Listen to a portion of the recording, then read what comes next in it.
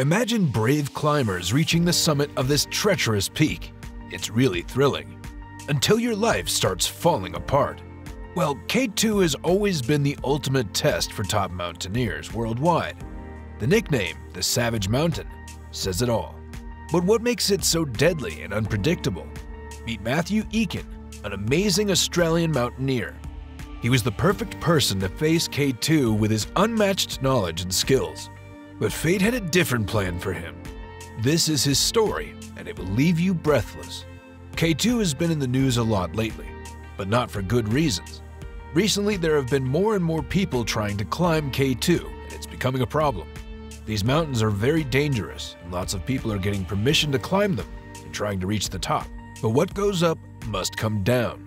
And unfortunately, they're leaving behind more than just their footprints. At Camp 2 on K2, it's a big mess. They even call it a tent graveyard.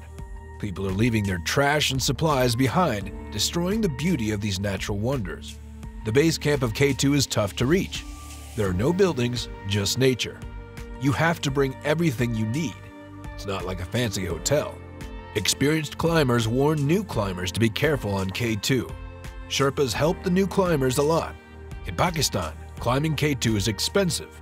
The permit costs increased after 20 years. It's like going back to the early 2000s. Climbing K2 now costs $12,000 for a team of 7. If you want guides and extra help, it can cost over $100,000. But don't compare it to Everest just yet. K2 is even tougher and more expensive. Everest may have more climbers, but K2 is catching up. Now let's talk about the risks. K2 has a high death rate of 25%, much higher than Everest. Reaching the summit of K2 is very dangerous. For every 4 climbers who can make it, 1 person loses their life. Matthew Eakin, a 41-year-old from Australia, knew the risks very well. He loved mountaineering and was a co-founder of Mountaineers Down Under. He had been climbing high-altitude mountains in Nepal and the Karakoram regions for more than 8 years. He had already conquered 2 mountains over 8,000 meters before 2022. Manaslu in 2017 and Broad Peak in 2019. He was not a beginner at all. Now let's talk about Matt's amazing mountain journey. He reached the summit of Manaslu, which was a big accomplishment, even though it wasn't the highest point of the mountain we know today. It's really impressive, right? Matt wasn't afraid of climbing such a tall mountain. He saw it as a test of endurance. When you're high above the ground, you feel unstoppable and powerful. Matt took on the ultimate challenge of K2 in 2022 with a group of 6 fearless climbers, including Richard, a wise 60-year-old doctor from Canada. They arrived in Pakistan in June, ready to face the unpredictable weather of K2. K2 is called Savage Mountain for a reason. In winter, 8 expeditions tried to conquer it, but only 1 succeeded. Imagine a team of 10 people from Nepal who made history in January 2021. But for everyone else, the summer window offers a chance to climb the 2nd tallest peak in the world. K2's base camp is a tough trek, even for the bravest adventurers. Imagine 7 to 8 days of traveling through the rugged Karakoram Mountains, carrying your own supplies like a true mountaineer. But don't expect luxury like on Everest. Here, teams only bring the essentials, and getting supplies to this remote peak is not easy. Our team of 6 successfully reaches the base camp, but there's no time to rest. They immediately start acclimatization trips, preparing for the big challenge in the middle of summer. Their plan is to show determination and perseverance for 50 to 60 days, with the summit attempt scheduled for late July. The exciting part is that after about 45 days, everything falls into place, and the weather is favorable. They choose the popular Bruzy Spur route, taken by 75% of climbers. However, there can be long lines, like traffic jams, as everyone strives to reach the top. Along the way, they encounter famous landmarks like the House Chimney and the Black Pyramid, which pose exciting challenges that separate beginners from experienced climbers. And let's not forget about the most famous part, the bottleneck. It's an icy overhang that creates a scary shadow, and climbers have to pass through a narrow passage. One wrong move and it's game over. A reminder of how powerful nature can be. On K2, even getting used to the altitude is a tough battle. Sherpas carry heavy loads and guide climbers by setting up ropes. But here's the thing. On this unpredictable mountain, Mother Nature decides what happens. Sometimes, the ropes are set higher up on summit day, and the higher camps are unreachable until the very last moment. This twist makes the acclimatization process more challenging, but our brave team of 6 is not discouraged. They do multiple treks in mid-July, but unfortunately bad weather delays their final climb.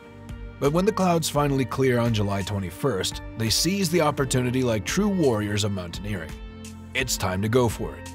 They climbed Savage Mountain for an incredible 16 hours straight, starting from base camp and reaching Japanese Camp 3 at a height of 7,000 meters. But they didn't stop there. The very next day, they kept going. Their next goal was Camp 4, which stands tall at 7,600 meters. Justin shared their challenging experience on Facebook, feeling the cold and weight of their immense efforts. The mountain tested them, but they stayed strong. July 22nd became a historic day in K2's history. A breathtaking sight unfolded as lines of climbers made their way from Camp 4 to the summit. It was a record-breaking achievement with an astonishing 100 summits reached in a single day, the highest number ever recorded on the mountain. Amidst all the excitement, Matt found himself in the middle of the crowd, with one goal in mind: reaching the peak. On July 23rd, Matt proudly stood at the top of the mountain, surrounded by other climbers. He had conquered one of the toughest climbs he had ever faced. But little did he know, the real challenge awaited him: the dangerous descent. Descending a mountain like K2 is incredibly difficult and more dangerous than climbing up. Matt shared the exciting news of his successful summit and started his journey back down. Sadly, tragedy struck lower on the mountain. Richard slipped and nobody witnessed it. It was hours later when Justin arrived at base camp and realized Richard hadn't returned. The camp was filled with sadness. Richard would never be seen there again. Meanwhile, higher up on the treacherous slopes, Matt faced the challenging descent through the dangerous death zone and encountered the infamous bottleneck. Step by step, he made progress and reached Japanese Camp 3 at 7,000 meters. But at that point, he made his final contact with base camp, letting them know about his tough journey. Little did anyone know that would be the last they would hear from him. There was a mystery that hung over the camp as days went by without any news from Matt. What happened to this fearless climber? Did he slip or have a fatal accident with a rock? Base camp was filled with worry and uncertainty, desperately searching for answers. Then, 2 days later, 2 brave climbers went above base camp, carefully searching the unforgiving slopes. And there they made a heart-wrenching discovery. Matt and Richard's frozen bodies were found, confirming the tragic news that both had succumbed to the dangerous descent. There are no signs of injuries, just the frozen remnants of their courageous spirit. Between Camp 1 and 2, where the cliffs were steep and dangerous, lay the sadness of shattered dreams. Like all mountains over 8,000 meters, K2 exacted its toll, reminding us that even in moments of triumph, nature can take back control. The treacherous climb up, where the high altitude can give a false sense of security, even in less challenging terrain. One wrong step could send you tumbling down the mountain, falling for hundreds of feet. It was in this perilous setting that fate crossed paths with Matt. 2 brave climbers found his still body but couldn't move him. They made note of his location and hurried back to advanced base camp, desperately seeking help. But the Savage Mountain had one more cruel surprise in store. Just as they were leaving, a powerful avalanche came crashing down from above, covering the exact spot where Matt was. He became trapped under layers of snow and ice, despite the valiant efforts of many teams over the next 2 days. However, his location was known, giving hope to his grieving family. They pleaded for his recovery, wanting to say their final goodbyes with the respect he deserved.